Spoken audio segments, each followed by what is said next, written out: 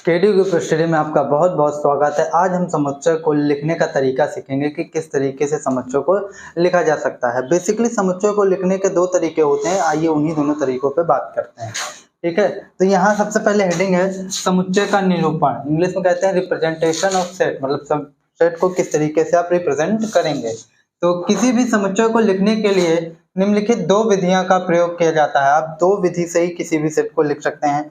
पहला है आपका तालिका, इसको सारणीबद्ध विधि भी कहते हैं अथवा इसको सूची विधि भी कहते हैं। दूसरा है आपका गुण विधि अथवा समुच्चय निर्माण विधि।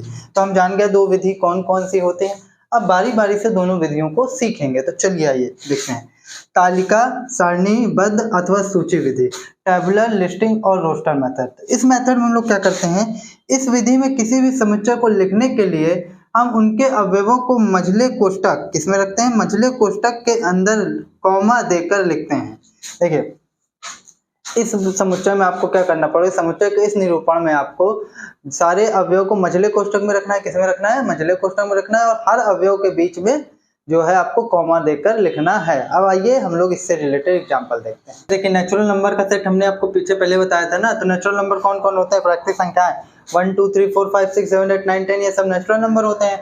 तो इन्हीं को लिखकर, इनके अवयवों को लिखकर क्या है परिभाषा सूची विधि की कि किसी भी समुच्चय को लिखने के लिए क्या करते हैं, उनके अवयवों को मझले कोष्ठक में लिखकर उनके प्रत्येक अवयवों के मध्य कॉमा का यूज करते हैं। तो देखिए 1, 2, 3, 4, 5 सो ऑन। अब जैसे आपसे कह दे कि अंग्रेजी वर्णमाला के स्वरों का समुच्चय यानी वॉवेल्स का, तो V = A E I O U 5 स्वर होते हैं। देखिए सबके पीछे हमने मझले कोष्ठक में बंद करके बीच में कॉमा लगा दिया है सबके। इसी तरीके से कोई कह दे धनात्मक सम संख्याओं का समुच्चय, तो क्या होते हैं E = 2 4 6 8, सबके बीच में आप कॉमा लगाते चले जाइए। तो आई होप आपको ये समझ में आएगा। देखिए कुछ इंपॉर्टेंट पॉइंट है सूची विधि को लिखते समय, आपको कुछ चीजें ध्यान रखनी होंगी। तो देखते हैं, समुच्चय को सूची विधि में लिखते हुए अवयव एक बार लिखना पर्याप्त होता है। मतलब आप कहें कि किसी सूची विधि में आप लिख रहे हैं, आप ए 2 बार 3 बार आ गया, तो ऐसा नहीं है कि आप 4 बार ए लिखेंगे 5 बार बी लिखेंगे कि अगर जितनी बार आया लिखते चले जाइए। ऐसा नहीं होता सूची विधि में। सूची विधि में क्या होता है कि प्रत्येक अवयव को आप केवल एक बार ही लिखेंगे। जैसे देखिए यहाँ पर 1 1 2 बार आया है, 2 2 2 बार आया, 3 1 बार आया, 4 4 2 बार आया।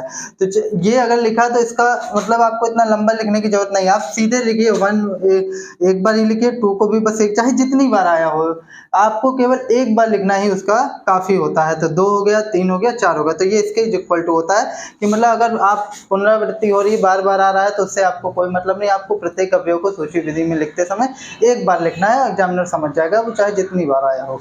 ठीक है, आप देखिए सूची विधि में समुच्चय के अवयवों का क्रम महत्वपूर्ण नहीं होता। अब क्रम कैसे महत्वपूर्ण नहीं होता, देखिए जैसे 1 आया, 2 आया, 3 आया, अब लिख रहे हैं आप इसी में देखिए जैसे 1 आया, 2 लिखा, फिर 3 लिखा, फिर 4 लिखा, तो ऐसा जरूरी नहीं है मैं 2 को इधर कर सकता हूँ, 1 को इधर कर सकता हूँ, 3 को इधर कर दूं, 5 को इधर।